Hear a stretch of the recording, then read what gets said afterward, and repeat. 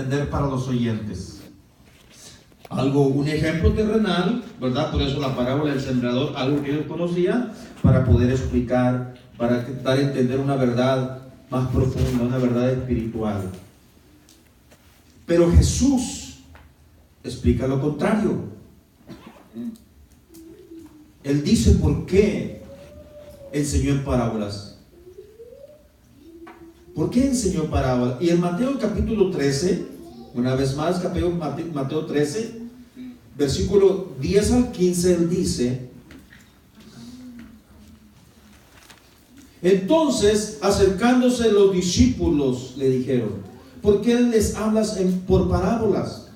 Él respondiendo les dijo: porque a vosotros os es dado saber los misterios del reino de los cielos, mas a ellos no les es dado. Porque a cualquiera que tiene se le dará y tendrá más, pero al que no tiene, aún lo que tiene le será quitado. Por eso les hablo por parábolas, porque viendo no ven, y oyendo no oyen ni entienden. De manera que se cumple en ellos la profecía de Isaías, que dijo: de oídos oiréis y no entenderéis, y viendo veréis y no percibiréis, porque el corazón de este pueblo se ha engrosado, y con los oídos oyen pesadamente, y han cerrado sus ojos, para que no vean con los ojos, y oigan con los oídos, y con el corazón entiendan, y se conviertan, y yo los sano. Amén. Es para que no pase nada de eso. Por eso el Señor les habló en parábola. A la misma vez que las parábolas ilustran y aclaran la verdad para los que tienen oído para oír, al mismo tiempo tienen un efecto contrario sobre los que se oponen y rechazan a Cristo, no entienden. El simbolismo esconde la verdad de quienes tengan la disciplina o el deseo de buscar el significado de parte de Cristo. Aquel que verdaderamente tiene interés en la palabra de Dios, aquel que verdaderamente tiene interés en las cosas de Dios, va a buscar y tratar de entender lo que el Señor está tratando de decirnos a través de estas parábolas.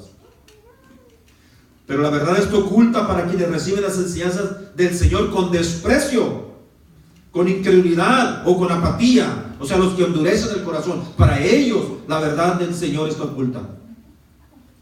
Por eso Él hablaba en parábolas, para que los que verdaderamente estaban interesados en saber preguntaran: ¿por qué enseñas? ¿Qué significa lo que acabas de decir? Pero el que desprecia la palabra de Dios, para el que tiene incredulidad, no entenderá. Y así se va a saber verdaderamente quién está interesado en las cosas de Dios. Por eso el Señor enseñaba de esa manera. Mateo es el único que cuenta esta parábola y la pone en grupo, porque las parábolas, si usted estudia las parábolas, están en grupos, ¿verdad? Y esta parábola de la red va junta con la parábola del trigo y la cizaña. Estas dos parábolas tienen un lenguaje que es escatológico, que habla, ¿qué quiere decir escatológico? Quiere decir el estudio de los últimos tiempos. O sea que esta parábola cae en la categoría de los últimos tiempos, ya que se refiere al juicio final, o el final del siglo, final del mundo, final del sistema. Y por eso se le conoce como una parábola escatológica de los últimos tiempos. ¿Qué es el juicio final del cual nos habla la parábola? ¿Qué es el juicio final? Bueno, el juicio final es para condenar a los impíos. En primer lugar, ¿quiénes son los impíos? Todos los que vivieron de acuerdo a los deseos pecaminosos, o sea, conforme a la carne. Gálatas 5, 19 y 21, ahí encontramos las obras de la carne: adulterio, fornicación, hechicería, idolatría, envidia, celos, lascivias, ¿verdad? Pleitos, homicidios. Todos los que viven de esa manera son considerados en la palabra de Dios como impíos, que siguen los deseos pecaminosos. Para ellos es el juicio final. En segundo lugar, los que decían que la religión era solo una herramienta de manipulación de las masas. Oh, no, es que la religión es para engañar a la gente. Oh, es que la religión es para lavar el cerebro a la gente. Oh, es que la religión es solamente para sacar el dinero a la gente. Yo por eso no creo en nada, por eso no tengo ninguna religión. Para ellos es el juicio final. En tercer lugar, ¿quiénes son los impíos? Los que decían que todas las religiones eran buenas. Amén. Que lo importante es creer en un ser supremo.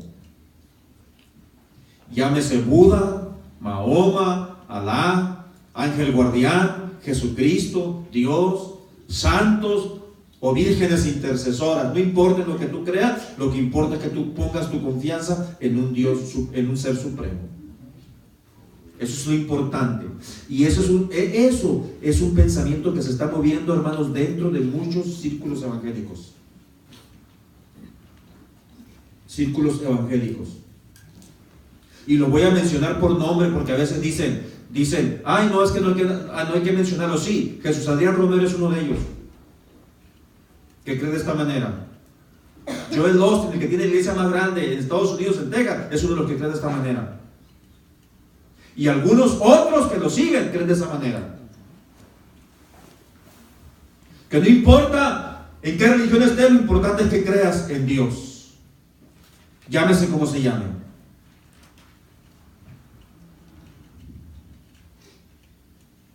Para ellos es el juicio final si no se arrepienten. Y digo esto porque muchos son sus seguidores. El juicio final es para los que hablan mal de Cristo, de la iglesia y de sus siervos. No pensaban eso, ¿verdad? Judas, versículo 14 y 15. ¿Qué dice Judas? Es un capítulo, versículo 14 y 15 de Judas.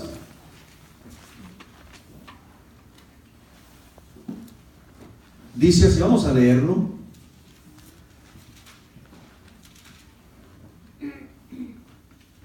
Dice, de estos también profetizó Enoc, séptimo desde Adán, diciendo, he aquí viene el Señor con sus santas decenas de miles, de millares, para hacer juicio contra todos y dejar convictos a todos los impíos de todas sus obras impías que han hecho impíamente y de todas las cosas duras que los pecadores impíos hablan contra él.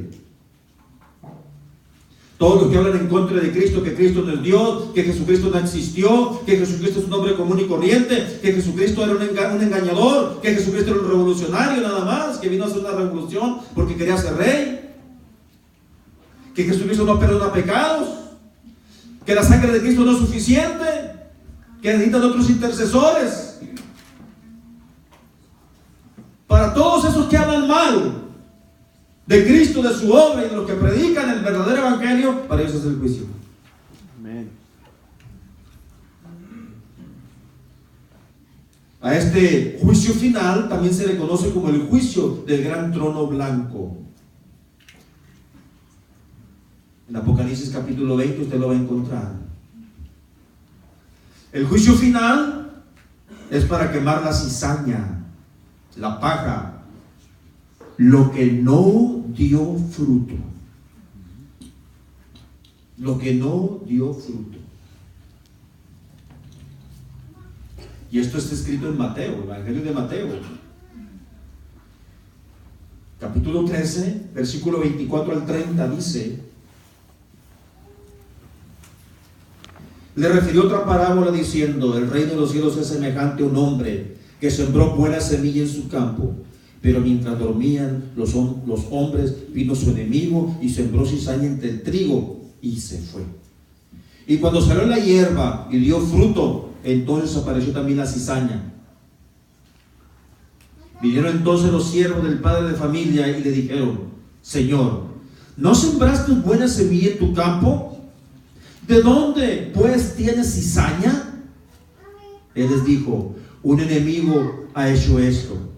Y los siervos le dijeron, ¿quieres pues que vayamos y la arranquemos? Él les dijo, no, no sea que al arrancar la cizaña arranquéis también con ella el trigo. Dejad crecer juntamente lo uno y lo otro hasta la siega. Y al tiempo de la siega yo diría a los segadores: recoged primero la cizaña y atadla en manojos para quemarla, pero recoged el trigo en mi granero. Llegó el tiempo en que la hierba, o sea, el trigo dio fruto y la cizaña no dio fruto. No dio fruto, porque era paja, y fue echada al fuego. Este mensaje, hermanos, a la gente no le gusta. Por eso muchos no asisten a las iglesias donde se predica el verdadero evangelio, porque no les gusta escuchar estas verdades. Y a muchos en la iglesia que dicen cristianos tampoco les gusta. Este es un mensaje que no todos quieren escuchar.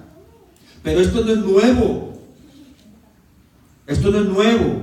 En Hechos capítulo 24 y versículo 25, miren lo que le pasó a Pablo cuando daba testimonio. Pero al disertar Pablo acerca de la justicia, o sea, el camino recto delante de Dios, la vida santa delante de Dios, del dominio propio, no dejarse controlar por la carne y el juicio venidero, Félix, ¿qué?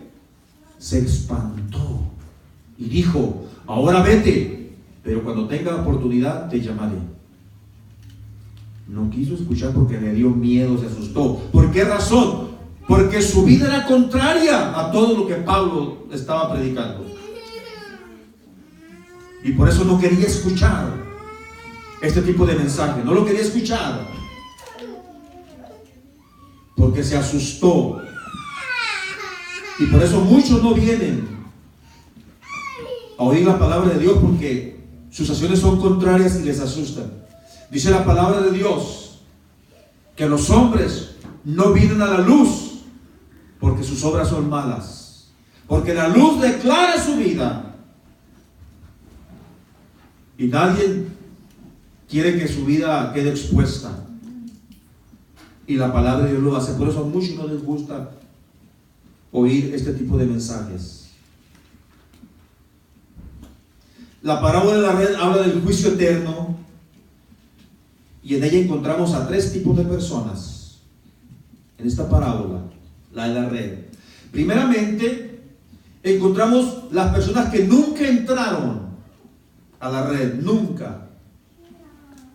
Y luego, en segundo lugar, encontramos los que entraron porque no entraron porque eran buenos, sino que eran buenos, los que eran buenos. Y luego los que entraron pero no eran buenos. O sea, los que nunca entraron, los que entraron pero no eran buenos, y los que eran buenos. Esta parábola de la red habla de la actividad de la pesca, la cual era muy conocida entre los judíos. Era una actividad muy habitual y era una manera honesta de ganarse la vida. Inclusive algunos de los discípulos del Señor eran pescadores, ustedes ya lo saben, por lo menos Pedro, Juan y Andrés. La pesca en la parábola de la red, este tipo de pesca que se nos habla de esta red, dice la historia, y yo creo que todavía se usa. A esta tipo de pesca se le llamaba a la pesca de arrastre, porque se tomaba el extremo de la red en un barco o una lancha, como ustedes quieran llamarle, y luego otra barca tomaba el otro extremo, y se lanzaban al mar, o se lanzaban al lago donde estuvieran pescando, y luego la soltaban, y la red se iba, y la red tenía unos pesos de plomo, y cuando iba la red bajando, cuando llegaba al fondo, la jalaban y se empezaba a cerrar. Y así que todo lo que estaba en el paso de la red lo iba atrapando, todo tipo de pez iba arrastrando, y cuando llegaban a la orilla, allá estaban ciertos hombres y empezaban a jalar la red, y la red se cerraba, y todo lo que se movía en el paso de la red lo atrapaba. Esta era una de las formas habituales de pescar en el mar de Galilea.